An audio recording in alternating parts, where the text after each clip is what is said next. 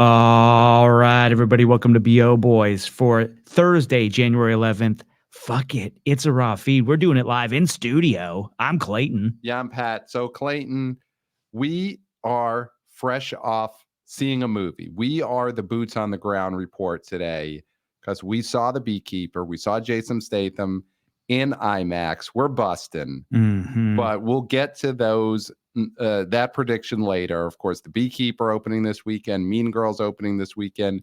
Huge weekend. Biggest weekend we've had since Christmas. Yeah. Easily. And we're got to get to all that. But I think we got to start off because we're recording this on Thursday night. Before we get into the predictions, we got to talk about these. And I'm not going to say day by day. Not going to do it. You just did. You just did that. No, but I'm not. I have to say it to say that I'm not going to do it. So that's fine. Yeah.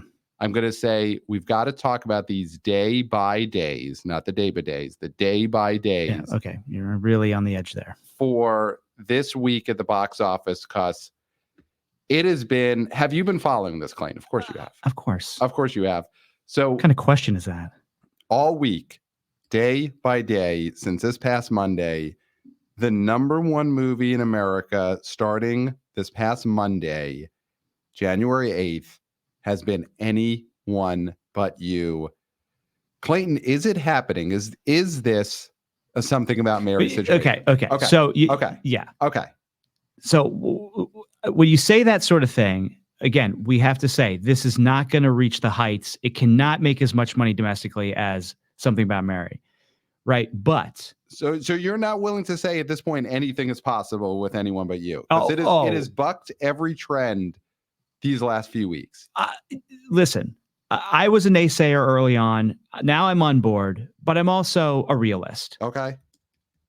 I don't think that it could reach those heights when it comes to the cume of the box office domestically, because it's just a completely different time for movie going. Right. But I will say that this is it's not unprecedented because obviously you just mentioned a precedent there, but for this sort of movie in this climate to do what it's doing is amazing. Especially because it's not a kid's movie. It's not like Puss in Boots. It's not a musical like Greatest Showman. It is a romantic comedy. Yeah. A maligned genre that has been relegated to streamo trash. Yeah. Phone booths and such. Exactly. Or kissing booths. Yeah. Phone booth, kissing booth, whatever it is. Yeah. That has no cultural cachet. Right. The fact that this is doing what it's doing and day by day making more money. I mean, I'm every day, Monday, Tuesday, Wednesday, and I don't know about Thursday. We're recording this on Thursday. But probably Monday, Tuesday, Wednesday. Well, I guess today is the preview days for Beekeeper and Mean Girls. Yeah. So it's probably not going to be number Wednesday. 1. It's beaten Wonka. It's beaten Aquaman. Anyone But You has been #1 throughout the week. And you know who's going to be adding to that kitty tomorrow morning, right? We're in the studio tonight after seeing a movie. It's 10:30 p.m. Right. New York time. I'm getting up bright and early tomorrow morning, back to the theater, 10 a.m. Wow. Right? Did I say 10 p.m.? We're 10 p.m. now. Yeah. 10 a.m. tomorrow, less than 12 hours away. I'm back in that theater seat watching Anything But You. Wow. Anyone But You. Anyone But You. Yeah. It's late. You're in between movies. You're out of your mind. Because I must be part of this cultural conversation. Yes. That is the thing now. The awareness of the box office is out there. People know this story. And this is officially, a couple of weeks ago, we were talking about how Sydney Sweeney was saving face with the, day by day holds after Christmas. It has become a star-making run. This is a star-making run for Sydney Sweeney for sure. Yeah. I would say this for her, this is her star-making run. The male stars never benefit as much. No. But for her, it's not Pretty Woman. It's not Cameron Diaz and Something About Mary, but it's the best you're going to get in modern box office for a female in a breaking out as a young star. And I think, when we're having that tandem of breakouts for someone like Timothée Chalamet, Wonka is his breakout. Yes. Dune 2's coming out. We saw that trailer before Beekeeper. They're really pitching it as a romance between him and Zendaya, Titanic-esque sort of situation. Mm-hmm. That movie's going to be huge. Obviously, we're going to talk about it when it comes out. It's going to be huge. It's going to be huge. But you're seeing him breaking out. Mm-hmm. Sydney Sweeney, you're seeing her breaking out. Mm-hmm. I mean, we're seeing the rise of new young stars. Yes. Right? Yes. Like young stars, people Yes. in their 20s. Yes. That is what we need. Yes. And it's happening. Yeah. We were looking at when Barbie broke out this summer and Margot Robbie and Ryan Gosling, there was talk of like, well, now we've got new young stars and we love those two. Love them. And we're happy that they're leveling up. Margot Robbie leveled up with Barbie, Ryan Gosling leveled up. We saw the trailer tonight for The Fall Guy. Both think that's going to be a hit. Fun trailer. But Ryan Gosling and Margot Robbie cannot be our new young stars. We need younger. And that's Zendaya is that. Mm-hmm. Is going to, I mean, Sydney Sweeney is that. Yep. We saw the trailers for Dune 2 and for Challenger. Yep. So Zendaya could be that. This is an exciting time. You know, Yes. A couple of weeks ago when we had Kirk Minahan on, we were talking about who are these young stars? Who could play a lawyer and make $80 to $100 million playing a lawyer? And, you know, now looking at it, maybe there are going to be some lawyers. Yeah. You know, because Sydney Sweeney put her, you know, in a courtroom and people are going to go. Put her in a power suit. I'm there. Yes. Yes. So it might not be the young male star. It might be Sydney Sweeney as a lawyer, get you to 85 million to best. Zendaya is a lawyer. Zendaya is a lawyer. Yeah. Yeah. I mean, I go into a studio. Yeah. And Dune 2 is a hit. Challengers make 60 million. Right. And I sit down, it's a general meeting. So we're just spitballing, throwing shit out. Right. And I say, Zendaya is a lawyer. That's a go picture. That's a go picture. 100%. And of course, you will have made it sound like you've already signed Zendaya. You know, you've got the deal going, and then I'll go outside and I'll be like, oh shit, oh shit, oh shit. Yeah. Oh shit, oh shit, oh shit. Yeah. Right. Yeah. But you'll figure it out. I'll figure it out. I always do. So that's the story of this week. Anyone But You is the story of this past week. The question is going to be now, how long can it stay in theaters? Because I do think that theaters act hastily sometimes. Mm-hmm. They go off of that opening weekend and then they make their decisions a few weeks out. So Anyone But You has been losing theaters even despite the big holds. Yes. And that's going to be the question for these theaters. Can they get it back in? Mm-hmm. Some of the theaters that maybe cut Anyone But You screenings, can they get it back? What is the effect of Mean Girls this weekend going to be on Anyone But You, both in the audience and in the theater count? Because this is not where you want to give away theaters. No. I feel like Night Swim is the one that just opened. Cut it. And cut it. Cut Even it. though it opened fine. Cut your losses. Cut it because no one's going to want to see it the second weekend.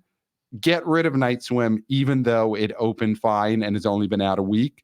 If it's a choice between getting Night Swim out of screening rooms or getting Anyone But You out of screening rooms, get Night Swim out of those screening Drain the pool. Drain the pool. Yes. Theaters need to drain the pool. Yes. And there's a benefit because this is a Sony picture, correct? The Anyone But You is a Sony picture. Right. Yeah. So there's not that need to feed their streamo beast, right? There's not that need to be like, well, Peacock is failing, so let's put this on, right? It's going to Netflix in 6 months. Yeah, Sony's got the Netflix, and then if anything, it could go on PVOD, but I would say hold off on the PVOD. Well, that I think is already in the, it's happening. That's going to disappoint you. I have seen that Anyone But You, there was talk that it's going to get to PVOD soon. I'm seeing somewhere January 23rd. Okay. Which is, I mean, that's next week. Yeah. You know, we're sitting here and it's the 11th.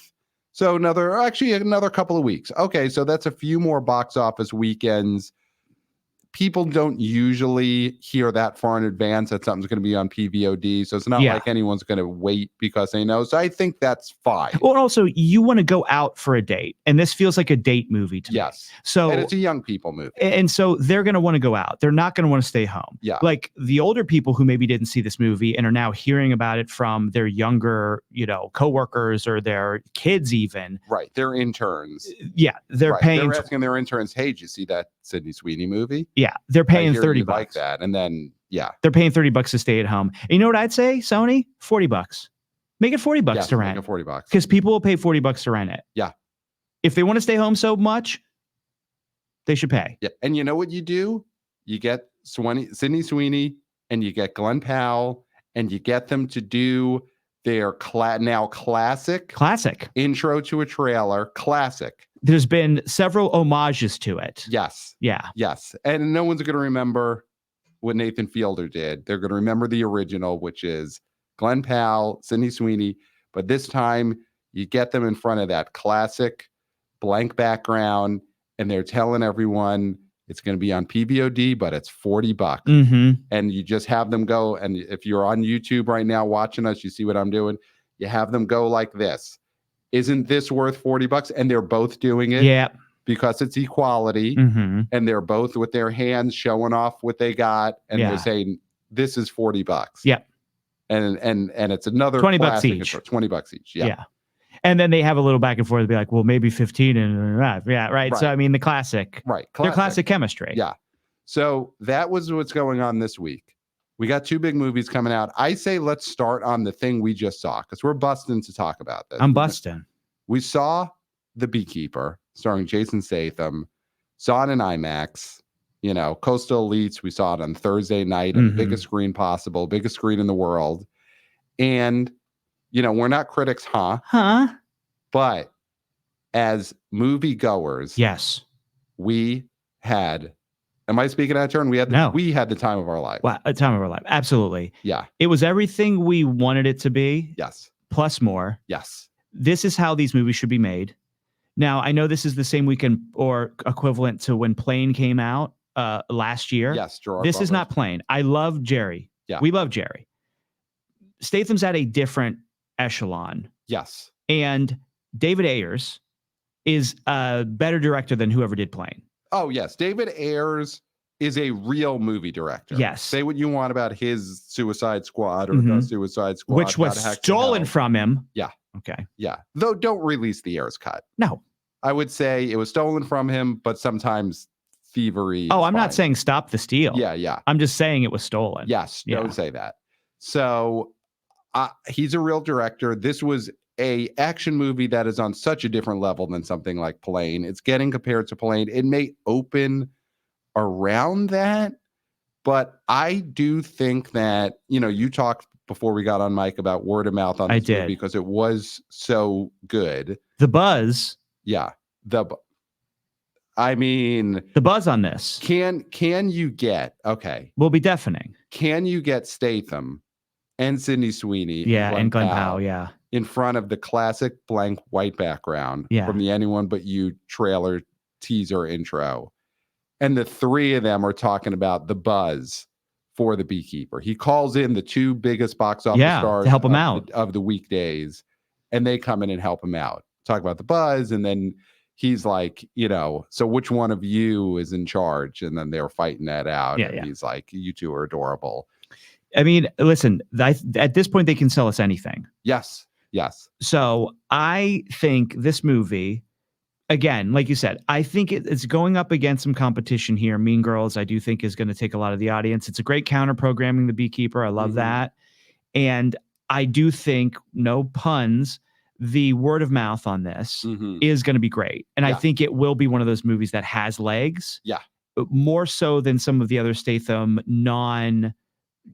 Fast and Furious spinoffs, non-Meg movies will have, because it's just, there's stuff in this that we wanted to happen that happened. Yes. And usually that doesn't happen in action movies. They don't do the thing you want them to do. It's a real crowd pleaser. There's a thing that happens in the movie that a few scenes before we were like, is this going to happen? We called it because we are who we are. Yeah.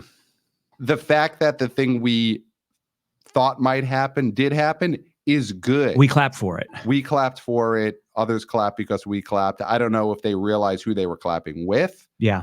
Now they will, and they're going to be, I can't believe it. Yeah. So if you, I would have clapped louder if I would have known. Yeah, you were clapping with the BO boys. So good for you. Yeah, it's an interesting thing with Statham because he's in that $8 to $12 million range typically for his stars that aren't, that aren't, like you said, a Fast and Furious adjacent movie, aren't the Meg, aren't, Spy, something where he's in there sort of with a bigger star. Yeah. But this feels like it's just so much better of a movie than your Wrath of Man, Mechanics. Crank is a great movie. Transporter. I think this will break out bigger. I feel like the trailer for this connected with audiences that are not men, just anecdotally. Oh, yeah. I've seen this trailer several times with my wife. And even though I didn't wait to see it with her, sorry. Sorry, not sorry? Not sorry. Yeah. Yeah, not sorry. She was very interested in this movie because the trailer is ridiculous in a fun way. If I had waited, she would have seen it with me. Mm-hmm. I don't think she will see it with her friends, but there are other wives whose husbands will wait. Yeah. Because they'll have to wait. They'll have to wait. But then they'll go see it together in a way that I don't think there's a lot of married couples who were seeing The Mechanic or Transporter or, Wrath of Man. Definitely. Yeah. Well, and I will say, and this is to stick up for you. Yeah. I texted you today and I was like, we must see The Beekeeper. Yes. And I said, I eat shit 24/7. Yeah. And, when Statham's on screen, I'm the fucking boss. Yeah. And you said, all right, let's do it. Let's do it. Let's do it. Right. Yeah, So you needed this. You were being a good friend. Yeah. By going to see this movie with me when I needed it. You needed it. Yeah. And so that, I think your wife can understand that. Yeah. Yeah. And when I start, she knows I eat shit 24/7. Halfway through me explaining this, she'll already be in the other room. Yeah. Watching Housewives or a spinoff. Yeah. She's not going to care. It was we saw a Thursday night IMAX preview screening. I cannot say this was a packed house. No, but it was a crowd that enjoyed it. And I think it's a crowd that's going to go out there and evangelize for this movie. Yes. Yes. So we could possibly see that in increases over the course of the weekend. Possibly the Saturday and Sunday numbers are better than they normally would be. This MLK weekend, famous box office wise was it the 2020 MLK weekend, where of course Bad Boys for Life, which is the third Bad Boys movie, had that incredible weekend where it just kept rising and rising over the course of the weekend. We're not going to see that. Well, we're not going to see that to that level. The Beekeeper's not going to open at 80 million or whatever Bad Boys for Life did, but we might see a similar it's doing better as the days go on. Yeah. Because of good word of mouth in a similar way where it's just, hey, this is a really funner than you would have expected action movie. It's a hard R, but it's still not a hard R in the way that I think will turn off squeamish audiences. It'll both satisfy audiences who want them to do that. Yeah. But I don't think it's gratuitous in a way that will turn off people who can be turned off by violence. So 62 was what Bad Boys for Life opened to. Wow. Right. Wow. I will say, though, also, it's not gratuitous sex or anything like that. So I would bring my teenage son to this film. Yes. I mean, and I think it's got a good moral to it. I mean, you got a Josh Hutcherson. Well, talk about that. I mean, this guy. Yeah. What a year. What a year. I mean, it's going to be 2 years because it's crossing over, but what a back-to-back. Yeah. Great performance. I mean, performances across the board here. Jeremy Irons, Statham, Josh Hutcherson. Yeah. Other people whose names we're not going to be expected to know, but it was a very Minnie Driver. Minnie Driver is in this. Yeah. Driver. Great. Great to see her. But yeah, Josh Hutcherson, I think when they signed him for this movie, they probably didn't realize what a value add he would be, because of course he was going to be a value add because he's perma famous from being in the Hunger Games. Yes. Movies. He's not at the level of an Emma Watson or who plays Harry Potter? Daniel Radcliffe. But he is oddly on a level near them in that if you're a person of a certain age, you grew up with Josh Hutcherson. And he probably got signed to this movie based off, okay, he'll bring in some nostalgia from that. not realizing that just 3-4 months before this movie came out, he's the star of Five Nights at Freddy's, a movie that is going to be a cultural touchstone for young people. We talked about that. Mendelsohn wrote in his great Substack. Yeah. That must read the Outside Scoop. Outside Scoop must pay to subscribe. You owe him a living.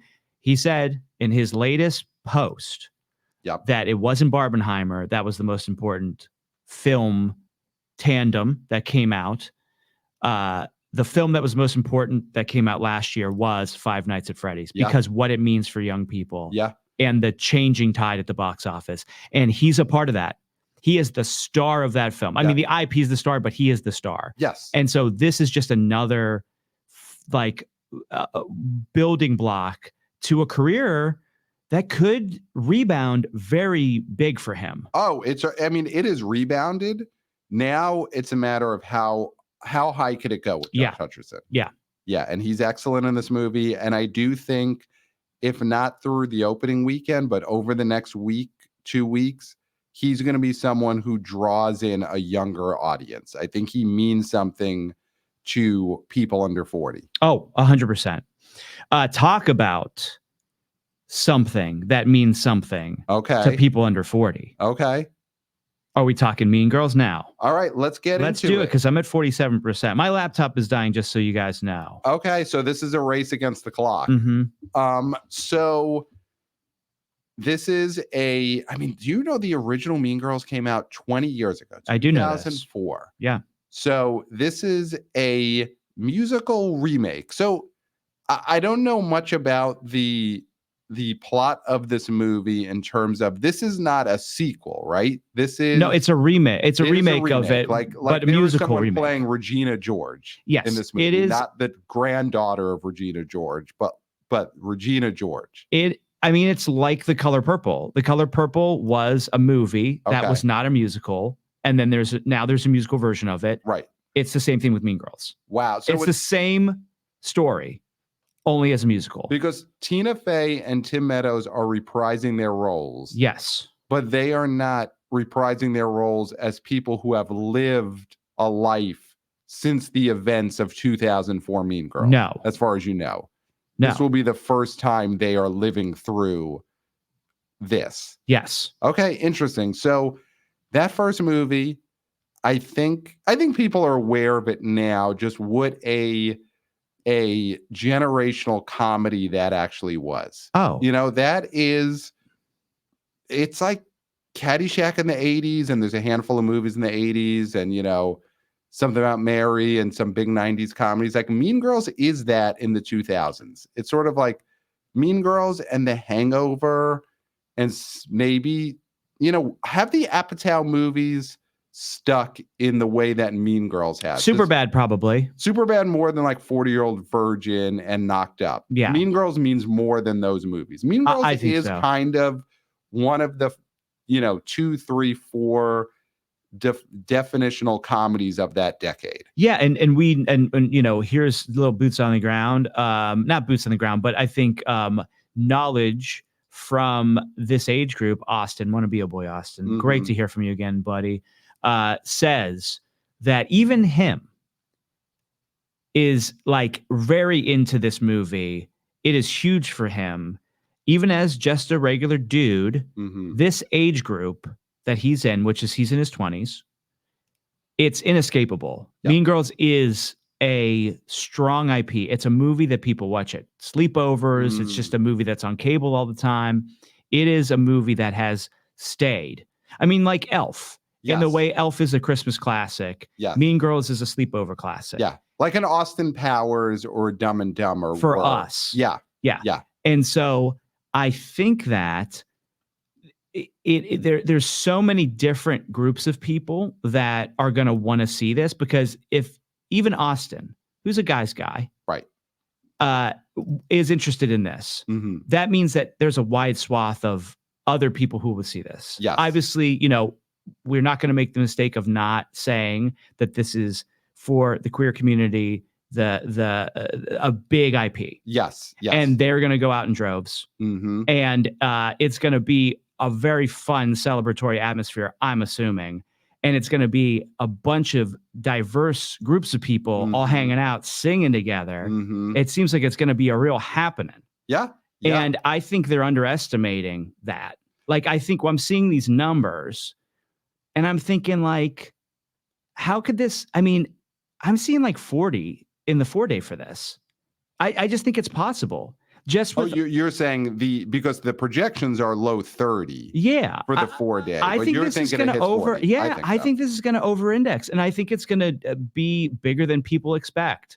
Even in a year, like I guess it's 2024, but when we saw Barbie go nuts, when we've seen movies that lean more towards the female audience going nuts. Yep. I mean, even Taylor Swift going nuts. Yeah.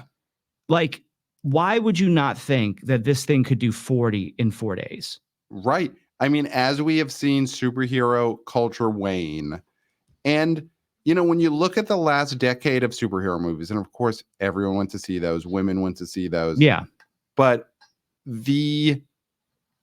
I think that audience starting to recede does make theater going more palatable. Yes. For another type of audience. You know, the women who went to see Barbie are more open to going to a movie theater when they know they no longer have to deal with the guys who go to see Marvel movies. Yes. Let's just face it. Like, that audience going away opens that space up to another audience that maybe not that they didn't feel safe, but they felt skeezed out. Yeah, I mean, it was more skeezed. And that's all we're saying. Yeah, it was more skis. They're not dangerous. They're skeezy. Yeah, they're skeezy. Which they would admit to. Yeah.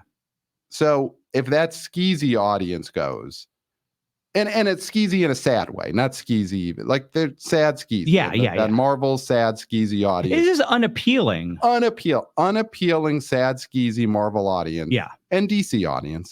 But I'd say more so Marvel audience. But as they start to no longer be a growing concern at movie theaters, women are more likely now, they go see Barbie, they go see Taylor Swift. Yeah. And you're right, they're going to go see Mean Girls. Absolutely. They don't have to deal with Quantum Mania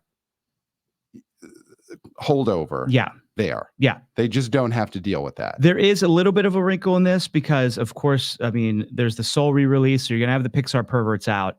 But I do think the theater count on that is going to be low enough. And I think they're going to stay far enough away from the Mean Girls audience. Right. That because legally, some of them have to. Legally, they have to. Yeah. But I think some of it is like MCU movies opened so big that it was going to be an overwhelming group. Right. And I do think the Pixar re-release people are going to be marginalized in a way. Yes. So that's not really going to hurt the Mean Girls audience. They're not going to be like, oh, wait, Soul's coming out. Okay, but it's only 1,000 some theaters. I think I can stay away. Yeah, and the Mean Girls audience is probably unaware that there is a re-release of a Pixar streamer coming out, and that all of the middle-aged Pixar super fans, Pixar perverts, the Pixar perverts, are going to be out there. I don't think the Mean Girls audience even knows that this is happening. No one knows that. They might spot one on the way to the bathroom and sort of just like turn Ray and like be like, okay, I'm just gonna annoy that person. And they'll go to one of their friends like, was there a Pixar movie coming out this weekend? And the friend is like, I don't think so. And like, okay. The way you can tell, and I'll warn these people, is that it's a 40-something-year-old man staring at their navel. That's how you know it's a Pixar pervert. And they're at this point, Soul's being re-released in some amount of theaters, indiscriminate amount of theaters. Yeah. The people who go to see it, the Pixar perverts, are they, because they're all divorced dads. Yeah. Might have the kids for the weekend. Well, that's what I was going to say. Do they even have the kids this weekend? I think that this is a situation in which they're going because it's not their weekend. Yeah, I was going to say, would not want to go see this. I think some of these deadbeats are going to say, I can't take Sam this weekend. Yeah, because why not? Why not? I just can't. Okay. Right. And it's because they're going to see a Pixar movie. Yeah. Well, they hadn't had a chance to see it on the big screen ever. And it's only been on D+. Yeah. And they don't want their kid to be asking questions like, what's jazz? Right. Right. They don't want that ruined for them by having to talk to their kid who they see once a month. Yeah. No, I think that's fair. But I think that is going to be a very, very small audience. Like no one knows really how many theaters Soul's going to be in. There's no promotion for it beyond, I think you said there's just some advertising within the Disney platform. Maybe. I don't know. I don't have any of the Disney platforms. I guess I have Hulu. Yeah. So Mean Girls this weekend, the first Mean Girls in 2004 opened to $24 million, April 30th, 2004. So, that movie, what did it have going for it? It had a much bigger lead star. Like Lindsay Lohan in 2004 was a famous person. She's coming off of Freaky Friday. Did she have Herbie the Love Bug before or after Mean Girls? It was somewhere around this time, but she was. Great question. Mean Girls, I think, is what cemented her as a big star, but she came into it with star power. She was a draw in the way that this Mean Girls cast does not have a Lindsay Lohan at the front. It went with the IP rather than, casting Zendaya or whoever a big star Zendaya. So it doesn't have that. Tina Fey, I think, is sort of in around the same boat. Obviously, she was a hotter, zeitgeistier star at the time, like being the lead of Weekend Update, but now she is an established forever star. She's coming off of having been a famous person for 20 plus years. Fully Loaded came out. Herbie Fully Loaded came out 2005. So after that, okay, yeah, domestically $66 million for that movie. Yeah. Can you believe? And that was looked at as a failure. Yeah. So she was a big star. This movie doesn't have that, but it kind of doesn't matter. It's the IP. It definitely is the IP. And I think it's like, and to use Elf as an example, it's like you couldn't remake Elf as a musical and not have Will Ferrell be the Elf, right? Right. But I do think you can replace Lindsay Lohan because there's an understanding there that Lindsay Lohan can't play this part again. Yes, for you know several what I mean? reasons. Yeah, for several reasons. Yeah.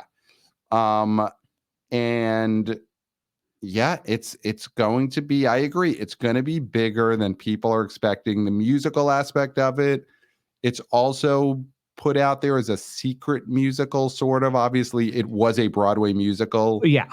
But they're being cheeky in the advertising where they're not really showing musical numbers. There's a music note inside of the word Mean Girls. But I mean, they in are the poster. dancing. I mean, there are scenes where they are dancing and you can see that they're singing. It's a Olivia Rodrigo song, not a Broadway musical song. Right. But there will be Broadway musical songs. This will have sung dialogue in the movie. Wonka was also a musical, and that thing is doing Bafabobo. So let's put aside this whole, we can't promote a musical. Yes. Well, they didn't promote it as a musical. I don't think that'll matter when people find out if they don't know. And I'm sure, like with Wonka, it's going to be, 4 or 5 big musical numbers, and otherwise it's a movie. Probably. I mean, there are scenes where people speak. Right. So it's not fully them singing every single word. So we both think, we'll give our numbers when we give our predictions, but we both think this is going to open bigger than the opening weekend of the original. And we both kind of feel like the projections are lowballing. I think so. Real quick. Yes. Do we talk Book of Clarence? I mean, it's not going to be top 5. It's not going to be top 5. So this movie, we've seen the trailer for it a few times. It's Lakeith Stanfield and James McAvoy. Yep. And this is a comedy drama set in biblical times, right? It's sort of a Monty Python Holy Grail type of, and Life of Brian, where it is someone who's in Jesus's life. That's what I could tell from the trailer. Yeah. And obviously Lakeith Stanfield, I mean, he's great. He's great. Great actor.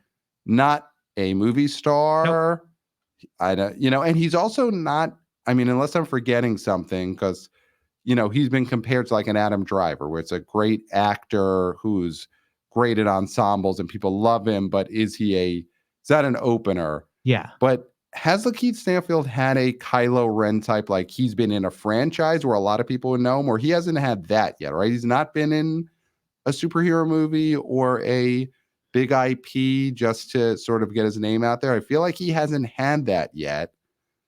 Is Uncut Gems the most popular thing that he's been in? I mean, he was also in Get Out. He was in Get Out. Right. But that, I think that's pretty small part. Yeah. He hasn't had that. Here's my take on this Book of Clarence movie and why it's going to be in trouble. It's January. And this is a movie that is trying to get people to go because it's just a good movie. Possibly a critical, adored movie. I don't know if the reviews on it are great yet. That's a tough road to hoe in January when you're not a movie that came out in the year before that is an Oscar player. Because right now, if people want to go see good movies, they're scrambling to see all the stuff they haven't seen yet that is awards consideration movie. That audience is, oh, I haven't seen Iron Claw yet. I haven't seen Poor Things yet. I gotta see Zone of Interest, I guess.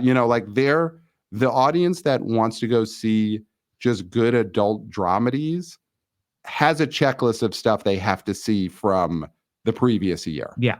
And I think that's where that audience is right now. They're catching up on Poor Things, and they're, renting Anatomy of a Fall on PVOD. That audience is scrambling. Yeah.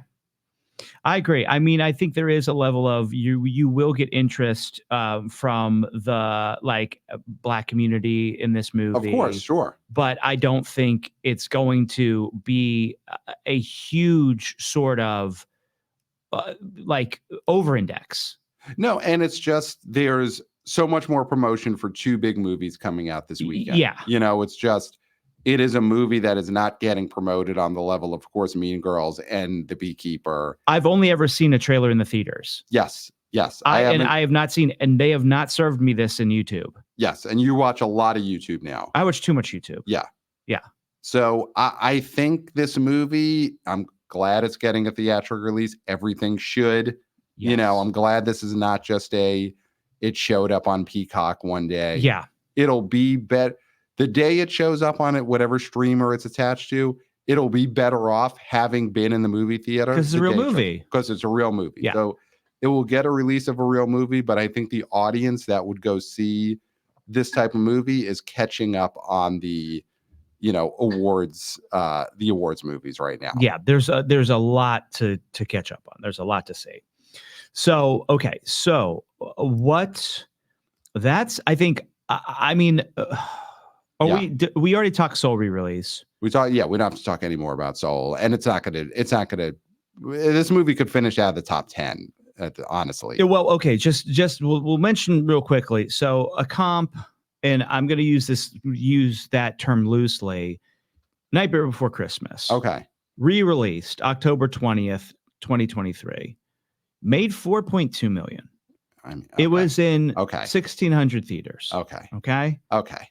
Nightmare Before Christmas. Yeah. Okay. So that's what I'm saying. To Soul. Is that it's not Soul. Soul is not Nightmare Before Christmas. No. Soul is not a classic. People like that movie. Out of all the Pixar movies that got dumped on Streamo, that's probably the one that's the quote unquote best. I know Austin says it's one of his favorites. Okay. Of course the older stuff he likes, but of the new junk, this is his favorite. Yeah. Listen, I think we watched this movie together. Yes. During a holiday, pandemic, and we both were like, "This is a pleasant movie that is on a streamer." Yes. Right. This is going to do jack shit at the theater. Yes, of course. I mean, I know you were bringing that up for the sake of having a comp, but Nightmare Before Christmas is not a comp. One of the most popular IPs of the last 30 years. Yeah. I can't say that I go to Hot Topic every weekend, but not every weekend, but I have been to a Hot Topic. I have been to a mall in the last few years. Yeah. And I can't say I've seen Soul merchandise. No. I've seen wall-to-wall Nightmare Before Christmas merchandise. Yes. Seen a lot of anime. Mm-hmm. Seen a lot of Nirvana shirts. Yeah, that's big. But I have not seen Soul merchandise at a Hot Topic. I don't think that Soul and Nightmare Before Christmas are exactly comps. Yeah. For re-releases. I'm just trying to show. I get it. The difference. Yeah. Between a classic and Soul. Yeah. All right. So Do we want to at all, and we could quickly, just the big news this week in Hollywood before we get into our predictions, Tom Cruise signed a exclusive production deal with Warner Brothers. Mm-hmm. He had been Mr. Paramount. That is where he did his Mission Impossible movies, where he does the Top Gun movies. Now, obviously, the Mission Impossible movies and any future Top Gun movies, it's still a Paramount thing. He doesn't take those with him. No. Ethan Hunt doesn't go to Warner Brothers. Ethan Hunt is not going to mix it up with Batman. No. But unless they merge, in which case, or Paramount gets bought, which is what would happen. So Tom Cruise went to Warner Brothers. Warner Brothers is such a conundrum as a movie studio, because on one hand, they're the studio that put Batgirl in a vault. Some people got mad. They're trying to put the Looney Tunes movie in a vault. Looney Tunes are sort of trying to squeak out of there. We don't know, but everyone got mad about that. Don't forget Scoob. Scoob's in the vault. Isn't it amazing that in that vault, the Scoob sequel is just sitting there next to the Jerry Lewis clown, Holocaust clown movie. It's such Roger Avery's Glitterati. It's such, I mean, that makes sense. Yeah.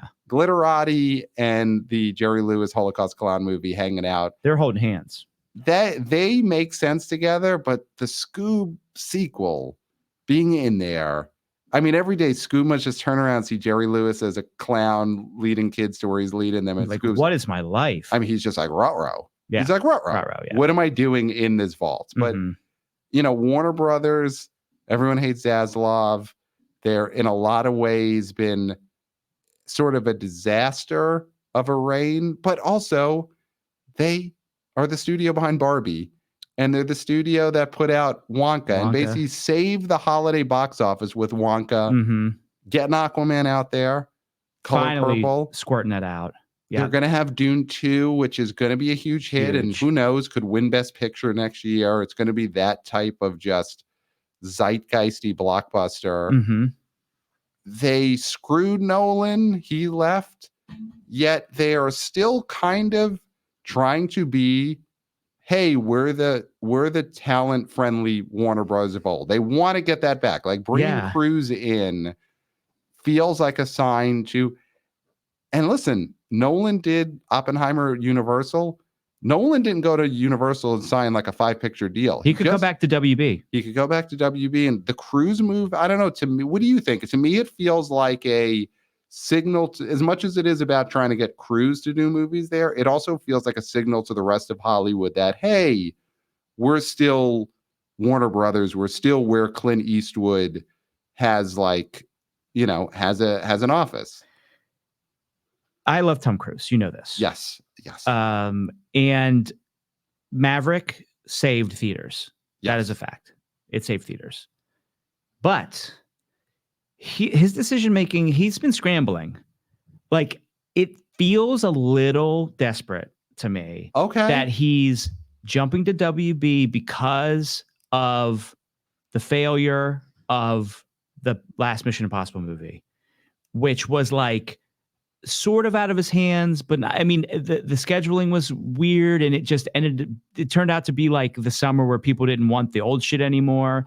It just sort of feels like he doesn't have a plan, and you usually feel like Tom Cruise has a plan. Yeah. And so I know he's taking a big paycheck, but there is something a little desperate about it to me. Okay. In my thought process, like, oh, well, you didn't make this movie a hit. Well, I'll go to someone who can. And that feels like a power move. Remember, on the surface. The next Mission Impossible movie is still going to be Paramount. It's not that I know. But what I'm saying is, like, it does feel like, okay, you can't do it, I'm going to you. And like, that feels like a power move on the surface, but it does also feel like I'm dumping my other date for this sexier date. Right. And sometimes that isn't the right move. Okay, so you're sitting here on our radio program saying that dumping the dumpier date for the sexier date. I didn't say dumpier. That's the perception. Okay. Right? You wouldn't say Paramount right now is dumpier. I mean, they just screwed the pooch on the Scream franchise. One of their few franchises that was working. They totally busted Well, that Scream franchise Paramount up. made the decision about Nev. Spyglass made the other decision. Sure, Paramount's a distributor, but come on, Paramount could have made that not happen. I mean, I disagree. That's also Paramount's fault. You know, if they should have been in a position where it's like, Spyglass, you can't screw this Get up. in line. Yeah. So I think the Scream franchise is on Paramount. That could have been one of the things that Tom Cruise saw that. Obviously, he's not about to go do a Scream movie. He's not going to be Ghostface. Yeah. But he sees something like that. They screwed up his release date with Mission Impossible. It should have come out in June and had the IMAXs for a long time, all that. He saw them screw that up. He saw them screw up Scream. Yeah. And I think that might have been enough for him to say, I got to move on to the sexier date. Well, we'll see what he's going to do at this company. We'll see what the project's going to be. Sure. I mean, he's going to a bigger place. I listen, to me, it doesn't feel like him scrambling. It does feel like, because him scrambling, what is the worst case where it's Tom Cruise scrambling? You know what that looks like? Well, he's starring in Rock of Ages. Well, I mean, that was that, but I would say worse than starring in Rock of Ages opening in theaters. Tom Cruise scrambling as he announces, I'm doing a project at Apple Plus. I'm doing a project at Netflix. You're right. I mean, that's him scrambling. Yeah, that's him scrambling. You know, he still wants to stay in theaters. Yeah. Yeah. And he knows Warner Brothers is going to put movies in theaters, even if they're not going to promote them. Exactly. And listen, and Warner Brothers promoted movies when they had, I mean, Barbie was a success for so many reasons. Greta, listen, go back, classic episode. We divvied up the millions for Barbenheimer. We told you who was responsible for that. Warner Brothers did a good job promoting that movie in advance. Warner Brothers did a good job promoting Wonka. Yeah. You know, Tom Cruise has seen Warner Brothers promote big movies. They should be promoting more of their movies. They could have promoted, I mean, Evil Dead Rise was a hit, but they could spread the wealth a little more, but they have promoted big movies, and that's what Tom Cruise is coming in to do. Tom Cruise sees himself as, I'm going to be Barbie, I'm going to be Dune 2, I'm going to be Wonka, in the sense that my movies will be the movies that Warner Brothers puts everything into when it's time for that movie to come out in theater. I mean, I'm in a tough spot with them too, and because of what you previously said, which is like, they have a guy in charge that doesn't like movies. David Zaslav so does not to like have movies. Yes, Tom Cruise likes pimple popper shows. Jump to he likes My 1,000-Pound Life. Right. If he jumps to this studio, he's going to be in league with somebody who does not like movies. Sure, but Zaslav isn't going to make him guest on the pimple popper. It just puts a bad taste in my mouth. Okay, that's all I'm saying. Okay, no, I get that, but I'm not counting him out. That's my initial reaction here, which is like, yes, Paramount did screw up, and it's like, but still, it's like you're going to a guy who he could be mowing lawns, right? You know, he could have Zaslav wouldn't be mowing lawns, but he'd have a service mowing lawns. Yeah, he would be the CEO of a company that has a machine that replaces guys who mow lawns. Exactly. Yeah. And he could be the CEO of that, or he could be the CEO of a movie studio. Like, to him, it doesn't matter. If they said put those in the garage and there'll be a huge tax write-off, he'd say, I'm putting them in the garage. Yes, of course. Because that's what Zaslav does. It is, but Cruise also sees they're the studio that released Barbie. They're the studio that released the movie that kicked his, and I'll say it, his GD ass this summer. Barbie kicked Dead Reckoning Part 1's, and it is called Dead Reckoning Part 1, even though there will not be a Dead Reckoning Part 2. They'll erase it. They'll erase it, but it was there. We remember it. So he went to the studio that kicked his patootie. Yeah. As Rosie O'Donnell would have said, he had a cute patootie, and Barbie and Warner Brothers kicked his patootie this summer, and now he's joined them. And I don't know if that's scrambling. I think it was a smart move. Dude, if a bully kicks your ass, do you just jump on his side? Do you join his gang? Do you join his gang if he kicks your ass? Because you'll know he's the guy who kicks your ass. No, you want to go kick his ass. If they pay me, if they kick my ass, but then they give me a big offer. You want to kick his ass. Well, you don't want to join forces with the guy who kicked your ass. You want to kick his ass. How often, though, does the guy who kicked your ass then pay you to hang out with him? More often than you'd think. Okay. Well, then you're in the same boat as Tom Cruise, and I think you both have made a smart decision. So that's the big Hollywood news this week. I think it's time for us to get into Let's our do predictions. these numbers. I'm at 23%. All right. So we actually we'll be able to do this, I think, comfortably. That's not bad. Yeah, 23% is great. Yeah, people live on 23%. People start the day with their computer at 23% and then work a full day. God, and imagine, because I didn't bring my charger. In a coffee shop, no charger. Imagine if I was doing something really important and didn't have a charger. Imagine that. Like this show is important and I knew I had enough charge to do it, but like imagine I had some big project to do and I was on a deadline and I just didn't have a charger. Can you imagine that? Who would do that? I don't know. So it's ridiculous. Let's get to our top 5 predictions. Would you like to go first or second? I'll go second. All right. So, are we doing 4 days? We hate the 4 day.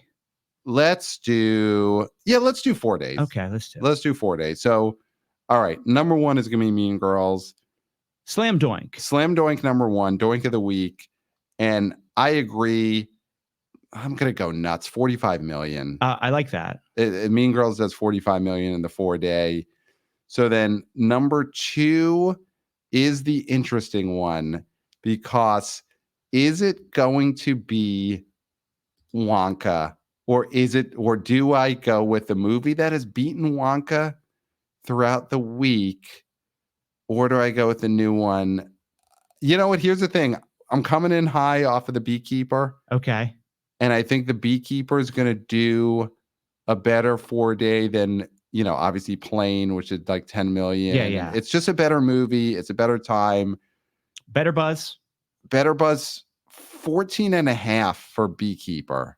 Number 2. As number 2. 4 day weekend, 14.5. And then number 3, see, this is a tough one because Mean Girls should cut into Anyone But You. It should. But steamroller. It's a steamroller. Anyone But You, number 3, and Wonka, number 4. Okay. And then number 5, Migration. Because of rats. So Night Swim is just gonna fall off the face of the earth. It's gonna crater again. Drain the pool. Give those screens to Anyone But You. Get Night Swim out of the theater. It's a horror movie that did its 1 weekend, and that'll be it. So yeah, that's my top 5. I'm going Anyone But You is going to get itself to number 3 for the weekend. I love it. My number 1, Slam Doink, Mean Girls. I'm going 42. Okay. 42. Number 2, Anyone But You. I'm going to do it. I'm going to do it. I'm going to go Anyone But You, 12 million. Yep. Then I'm going to go Beekeeper, 11. Okay, for the 4 day. For the 4 day. These are all 4 days. And then I'm going to go Wonka is going to be 11 something. So they're going to be very close. Okay. So let's say Beekeeper 11.5, Wonka 11. Okay. And then Migration, I'm going to say number 5. Okay. Yeah. Great. That is, I love that you went big on that Anyone But You prediction. Yeah. So it's just too hot to deny. It's gonna be a real exciting weekend. We needed this, after having to, and listen, we've had a lot of actually hasn't been that bad. No, because we had so many movies come out the Christmas Day weekend. Mm-hmm. And then that carried us through New Year's. Last weekend when Night Swim was a little rough, that being the big one. But I would say that this weekend becomes a huge, it feels like a summer movie weekend in a lot of ways. Yeah. I mean not quite that, but just to have 2 big movies open like this, the issue is going to be, then we do get a bit of a lull. You're going to feel the lull in the next few weeks. Yeah. But who knows how strong Mean Girls can be? How long it can run? That and Anyone But You are going to have big runs. Buzzing around. The next couple of weeks we've got, the next week, it's movies released by Bleecker Street and Neon are your big movies. I'm not even going to look. And then the weekend after that, the big wide releases from Lionsgate. All right. And it's not a Hunger Games or a Saw movie. No. So, then the week after that, it's Argyle. Ooh, oofa doofa. Lisa Frankenstein. Lisa Frank. I mean, it's not going to be a hit, but that's going to. I'm very curious about that one. Yeah. So definitely, Mean Girls is going to have a wide berth for the next few weeks. So, but let's all enjoy this. Hey, there's a Winnie the Pooh Blood and Honey 2 opens next month. Book your tickets. So yeah, so there we go. I mean, next episode is going to be just gigantic. See what the results of these movies are. So can't wait for that. Of course, email us, theboboyspodcast@gmail.com. We love getting your emails, your boots on the ground reporting. Of course, thank you, Austin, for that great email, great predictions. He's the Mean Girls generation, and he let us know. Let's see. Did we get any other big emails that we want to mention here? We did get an email from wannabe old boy Jason about the Golden Globes. He says, "Gents, great Golden Globes update. Loved it." And he says, and once you start getting close to your Oscar shows, keep an eye in the animated category now. Mentioned the Globes were wonky, skipping over things like Teenage Mutant Ninja Turtles. But gents, The Boy and the Heron just blew up the race. So Boy and the Heron won animated feature at the Golden Globes. So Jason here does think this is a possible Oscar contender. The thinking, I guess, had been that Spidey cartoon, which had the first Spidey cartoon won the Oscar. This Spidey cartoon people thought would win the Oscar again. And wannabe old boy Jason, I think he might be onto something, that the Miyazaki movie, which did well at the box office. Yeah, number one. So I think he might be onto something. I could see them.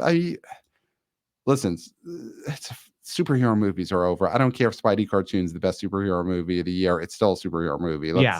Let's not reward this stuff anymore. I mean, if we're saying Robert Downey Jr. started this trend of dunking on superhero movies, last night, John Mulaney at the Governor's Ball had the best joke of the night where he said, who was it that got nominated for Black Panther? I'm sorry, I'm forgetting her name. It's so late. The actress who got nominated for Black Panther at the Oscars. Now I'm blanking because you blanked. Angela Bassett. Angela Bassett. So he said Angela Bassett she's such a great actress. She got nominated for a Marvel movie. That's like giving the Pulitzer Prize to a Reddit comment. I mean, listen. Solid joke. Solid joke. Yeah, he had to put caution tape on after he said it, though, but brought down the house. Yeah. Brought down the house. So there's no love for even Spidey cartoon, and I know it's not Marvel. There's going to be more love for Miyazaki, who's a master of animation, than a superhero movie with a bunch of Spider-Mans running around. Yes, I totally agree. So, we're going to be covering the Oscars over the next month, so stay tuned for that. We'll be getting deep into the awards race. And so email us, theboboyspodcast@gmail.com. Follow us on social media at the BO Boys Pod on TikTok and Twitter X. Wannabe senior intern Christopher killing it with the clips there. He is he's doing great out there. And his direct report, Wannabe junior intern Jack. I mean, the Substack, the BO Boys Substack, it is not a must pay like Scott Mendelson's. It's free, but I would say it's a must read at this point. Must read. Jack is writing weekend previews. He's writing recaps. He's writing these great articles. There's an article that everyone who listens to the show should go read. He did a looking back at Heat. I read that. Great article. Looks at it as a movie. Looks at it as box office. And this is the way that you want to relive Heat. There's a lot of podcasts out there where people are talking about it. Then they talk about it again, then talk about it again and again and again. Just read Jack's article.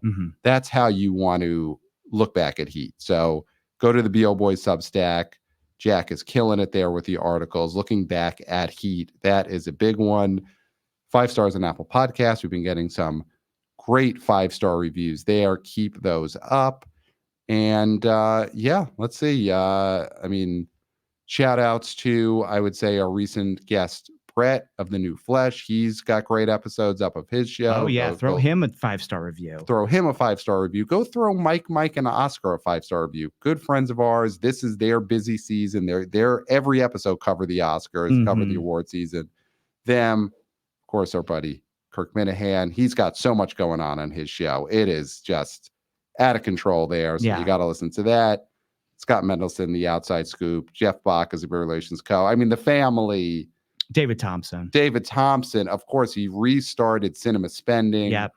Those episodes have been great. So there was just Danny Escamilaggi, I Screen, You Scream 4, the number 4 movies. He's going to have a big year. Most anticipated movie of the year is Dune 2. Gonna be on the show for it. He'll be on this show for Gotta it. yell at me probably. Oh, Tell me to shut the fuck up again. Yeah.